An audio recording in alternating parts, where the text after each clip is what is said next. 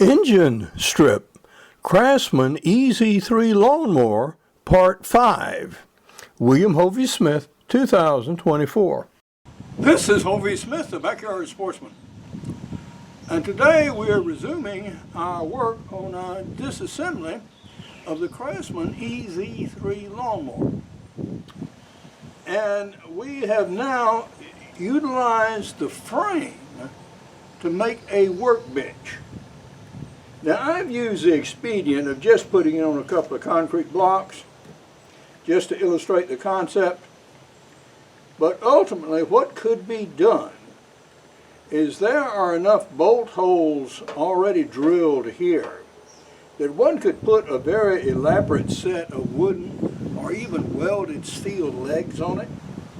And I put in a wooden 2x4 across here to reinforce the rear end and also provide a support point for the rear for the very moment. Now, this could be done and refinished into a very fine, effective steel bench for doing messy work on small engines like I'm doing right now. At this stage, we are about to disassemble the transmission, and I have it mounted on the new workbench, and we have had to get some special tools. One thing that was notable about this transmission, that it was made by a different company that produced the engine. Not surprisingly, I guess. And how do I know? Well, for one thing, it used a different system of fastenings, whereas the engine was disassembled using mostly various sizes of sockets. The transmission parts were held together by machine screws that are star-headed. Yes. They're round, so you cannot get a socket on it or a wrench and have a central star in the middle. Not everyone happens to have a screwdriver with this peculiar type of fitting. Matter of fact, relatively few people do. So, what is sold are sets like this that have just about all the world's known types of fittings to fit any kind of machine screw that you might want to pull, or wood screw, or whatever. If it exists in the world, it's probably represented somewhere by this set, or at least that was its objective, and it fairly well succeeded. As you see, there are a bunch of them. Not often do I use it, but when you need it, well, yeah, you got them all. You don't have to run to the hardware store to look for, oh, this particular odd little bit right there or here that you've almost never seen before in your life.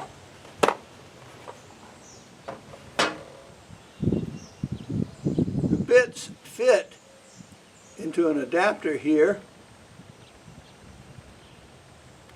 and then this end fits into a typical 1/4-inch drive on your small socket set. Okay. So, already had this, so I was in business, and I've been busy. And we removed 1, 2, 3, 4, 5, 6 of them, and we have 2 to go. And one is very badly stuck. This was, after all, the bottom of the transmission. It was exposed to all sorts of dirt and grime and potentially corrosive materials, a little fertilizer and so on and so on and so on, and was deeply dug in there. So we're going to have to do something heroic to extract one of those. But I'll show you how to pull an ordinary one. This shows you the details of how I have attached that 2x4, and of course I've used the machine screws of various sorts that I've already taken off the machine. So this gives me a use for 6, 10 of them right there to do something useful. Yeah, any guy would probably hang on to these machine screws. You never know when you might need something like this for maybe woodworking even, if you aren't even assembling anything metal. And here is the transmission itself. We've removed the external elements now, or at least loosened them. This here comes off. This was a little cap, steel cap that goes right here. That's been removed. This is the control assembly, and it bolted onto this side, and of course that's been taken off now. And these numerous little star-headed machine screws here, here, and elsewhere all around.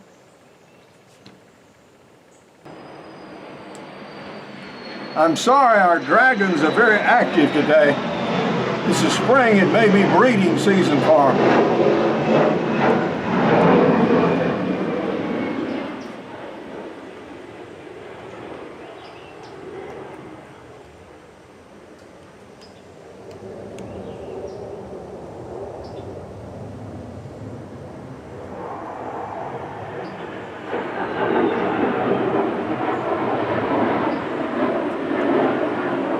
As you can see, we just moved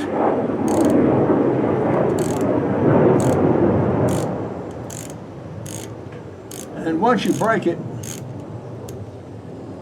yeah, they come pretty easily.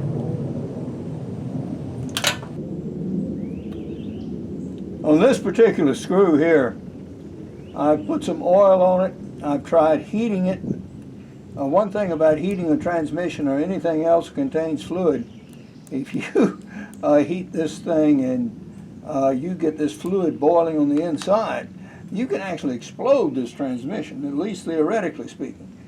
So that would not be desirable, of course. But we're going to give it one more try. Putting the transmission on our workbench allows me to hold this work in place, so I can really put pressure on it rather than having it squirm around all over the floor on these wheels.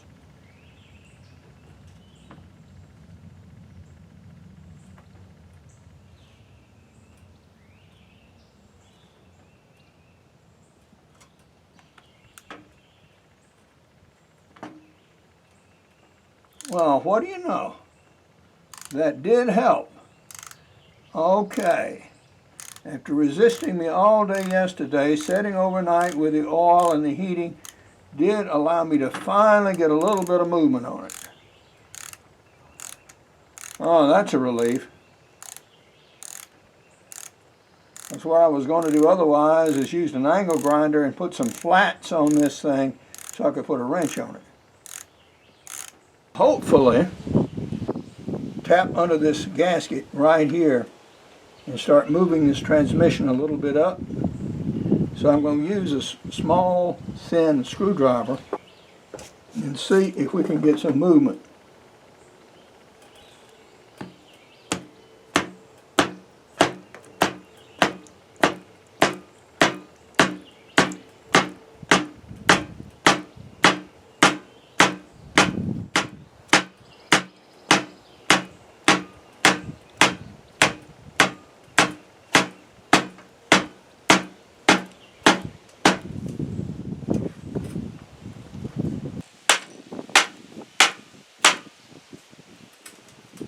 Okay, we are breaking the seam here.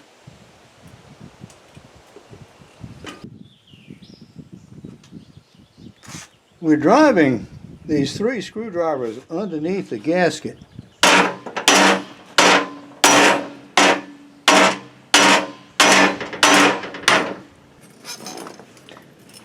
To orient you, I have flipped the casting over, and using a heavier tool, we have actually broken the aluminum casting here. we might as well go ahead and take it off.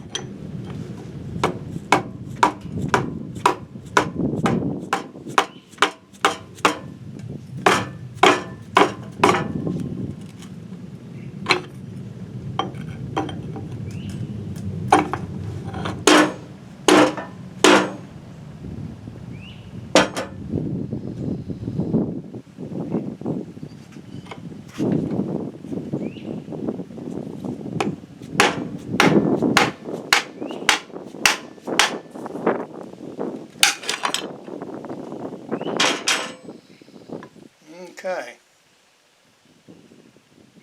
there it is. Good grease on it.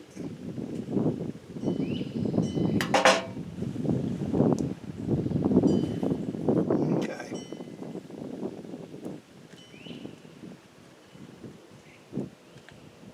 You see the gear train, the links.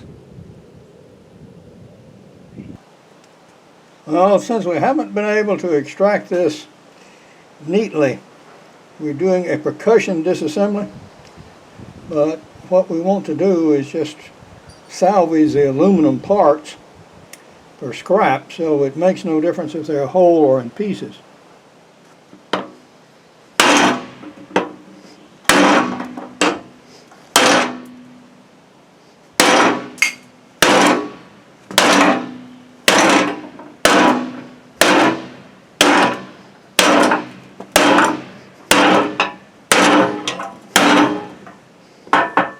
Percussive disassembly has revealed something.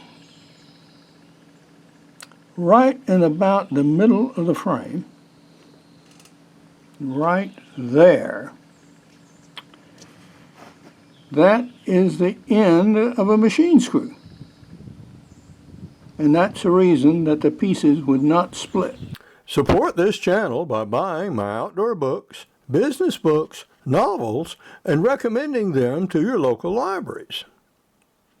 Now, this is of necessity messy work, best done outdoors, as you have seen.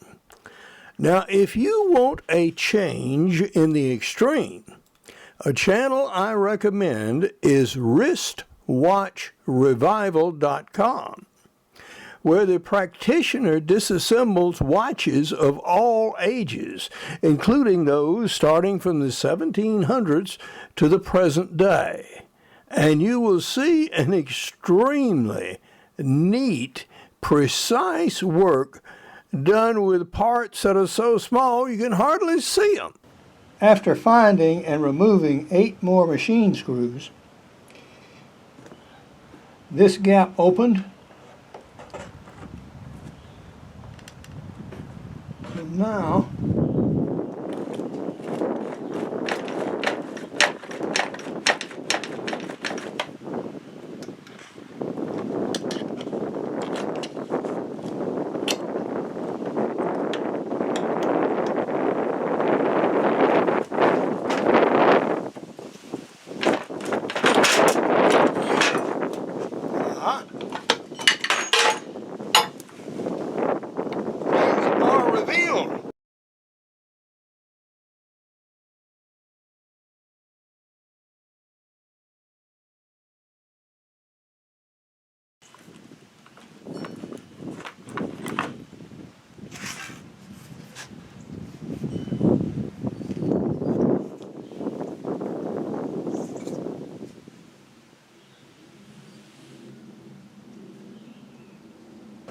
interesting.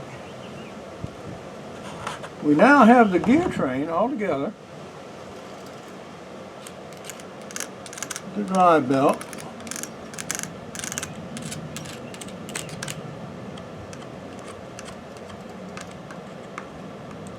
kinds of little interesting devices here.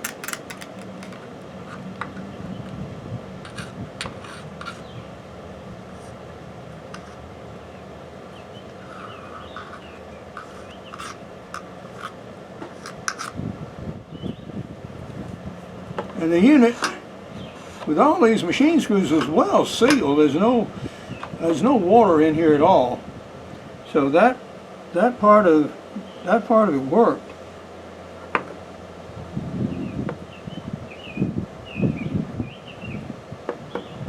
Lifts out.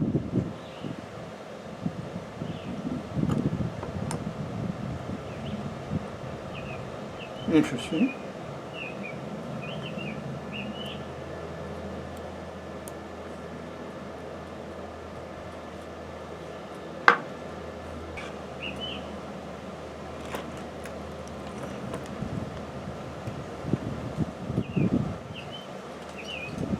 That's still connected with the chain.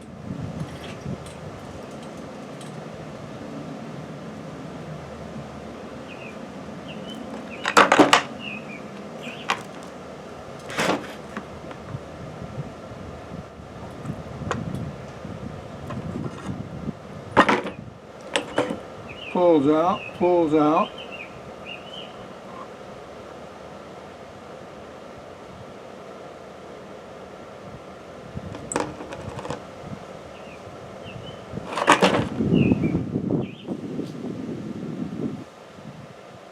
We now remove this part of the housing.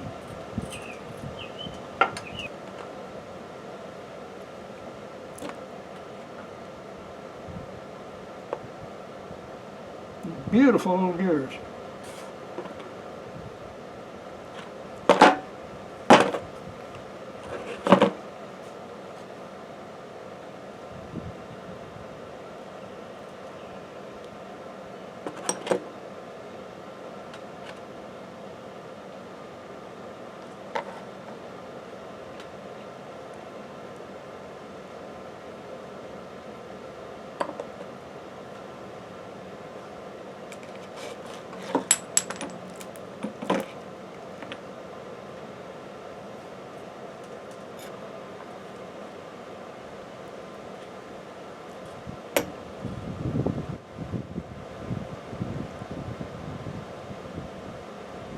We're now going to see if we can tease this stack of gears off this shaft. Now, this was what was retaining it on the outside of the aluminum casting. Is out like this and was removed. And so this is a bronze bushing. It's coming off right there. And the first gear.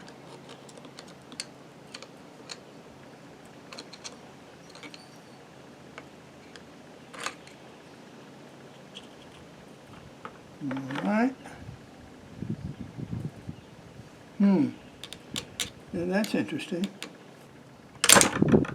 They're spring loaded. There's a special tool, no doubt. It goes around these clips. It allows you to remove the pressure off this shaft and pull the rest of this gear stack. By supporting this shaft here, I was able to drive this off, and with it came these 4 spring-loaded locks that were holding the first gear up on top of the gear train. So we now have all of the gears completely disassembled and available. And the reason why this shaft had these 4 cutaways all the way the length of the shaft, which was of course very unusual and unnecessary unless it was to perform some function, which it had. So we now have our stack of gears here.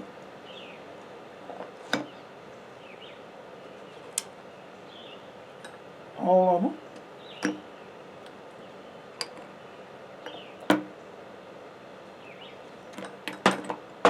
Not necessarily in order, by the way.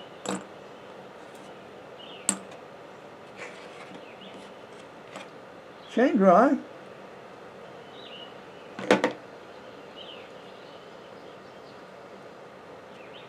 Chain driver. And we are done with disassembling the transmission. If you ever wondered what one looked like, well, there you are, guys.